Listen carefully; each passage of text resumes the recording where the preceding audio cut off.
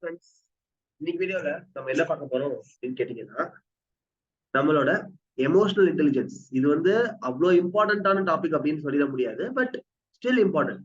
இது என்ன அப்படின்னு கேட்டீங்கன்னா, இந்த பர்டிகுலர் டாபிக் வந்து பியூர்லி பேஸ்ட் ஆன் எத்திக்ஸ்.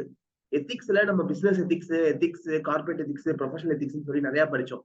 அதுக்கு அடுத்த பாயிண்ட் தான் இது எமோஷனல் இன்டெலிஜென்ஸ். இதை வந்து நம்ம சின்ன வயசுல நம்ம ஸ்கூல்ல எமோஷனல் கோஷன்ட் அப்படின்னு சொல்லுவாங்க. இது என்னன்னா, நம்ம ஸ்கூல்ல எக்ஸாமுக்கு ஃபெயில் ஆனாலோ, நல்ல மார்க் எடுத்தாலோ, இல்ல யாராச்சும் நம்மள திட்டினாலோ, அப்ப ஏற்படுற எமோஷன்ஸ் தான் வந்து இந்த எமோஷனல் கொட்டேஷன் இல்ல எமோஷனல் கோஷன்ட். எக்ஸாம்ல ஃபெயில் ஆயிருவோங்கிறது அஃப்ரைட், பயம். ஃபெயில் ஆயிட்டா சேடு, நல்ல மார்க் எடுத்தா ஹாப்பினஸ். இதெல்லாம் வந்து எமோஷனல் கோஷனுக்குள்ள இன்வால்வ் ஆயிரும்.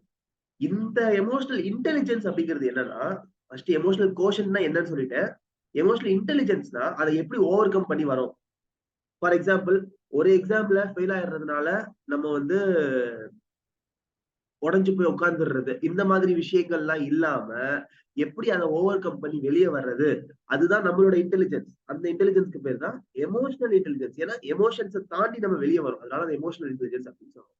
இது ரொம்ப சின்ன டாபிக் தான், நமக்கு 10 நிமிஷம் கூட போகாது இந்த கிளாஸ். ஜஸ்ட் சொல்றேன், எதுக்காக ஸ்ட்ரெஸ் ரிலீவ் பண்றதுக்கு, கம்யூனிகேட் எஃபெக்டிவ்லி, எம்பத்தைஸ் வித் அதர்ஸ்னா மித்தவங்க கூட ஜாலியா மிங்கிள் ஆகுறது, over come challenges, defuse conflict, இதெல்லாம் தான் வந்து எமோஷனல் இன்டெலிஜென்ஸ்னால ஏற்படுற அப்ஜெக்டிவ்ஸ்.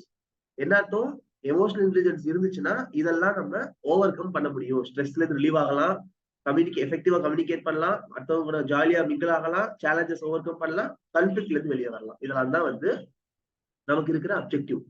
4 ஆட்ரிபியூட்ஸ் என்னென்ன? செல்ஃப் மேனேஜ்மெண்ட், நம்மளோட ஓன் எமோஷன்ஸை நம்ம எப்படி பக்காவா ஹெல்தி வேல மேனேஜ் பண்றது, ஃபர்ஸ்ட் திங். செல்ஃப் அவேர்னஸ், நம்மளோட வீக்னஸ் என்ன, நம்மளோட ஸ்ட்ரென்த் என்ன, இதெல்லாம் நம்ம தெரிஞ்சுக்கிட்டு நம்ம செல்ஃப் கான்பிடன்ஸ் உண்டு பண்ணிக்கிறதுக்காக தான் இந்த பர்டிகுலர் எமோஷனல் இன்டெலிஜென்ஸ் தேவைப்படுது. சோஷியல் அவேர்னஸ், இது 3வது. உங்களை நீங்க கண்ட்ரோல்டா வச்சுக்கிறீங்கன்னா அடுத்தவங்க எமோஷன்ஸை நீங்க கொண்டு போகலாம். ஃபார் எக்ஸாம்பிள், நீங்க ஒரு விஷயத்துல எக்ஸாம் ப்ராப்ளம் ஆயிடுச்சுனாலோ, ஏதோ ரீசன்னால உடஞ்சு போயிட்டீங்க அப்படின்னா, அது நீங்க கண்ட்ரோல் பண்ண தெரிஞ்சிருச்சு அப்படின்னா, அடுத்து நீங்க என்ன பண்ணலாம், அதே சிச்சுவேஷன்ல இருக்கிற வேற ஒரு பர்சனுக்கு நீங்க அவேர்னஸ் கொடுக்கலாம். இந்த மாதிரிலாம் ஆகாதப்பா, எக்ஸாம் வந்து அவ்வளவு பெரிய விஷயம் இல்ல, அந்த மாதிரி அவேர்னஸ் கொடுக்கறதுக்கு நமக்கு இந்த எமோஷனல் இன்டெலிஜென்ஸ் ஹெல்ப்ஃபுல்லா இருக்கு. 4வது ரிலேஷன்ஷிப் மேனேஜ்மெண்ட். ஆட்டோமேட்டிக், இது ஆட்டோமேட்டிக்கா நடந்துரும். இந்த எமோஷனல் இன்டெலிஜென்ஸை நீங்க மெயின்டைன் பண்ணி, உங்களுக்கு நீங்க கண்ட்ரோல் பண்ணி அந்த அடுத்தவங்களுக்கு சொல்லி கொடுத்தீங்கன்னா, ஆட்டோமேட்டிக்கா உங்களுக்கும் அவங்களுக்கும் ஏற்படுற ரிலேஷன்ஷிப் நல்லா இன்க்ரீஸ் ஆயிடும். Good relationship, communicate clearly, inspire others, influence others, work well in team.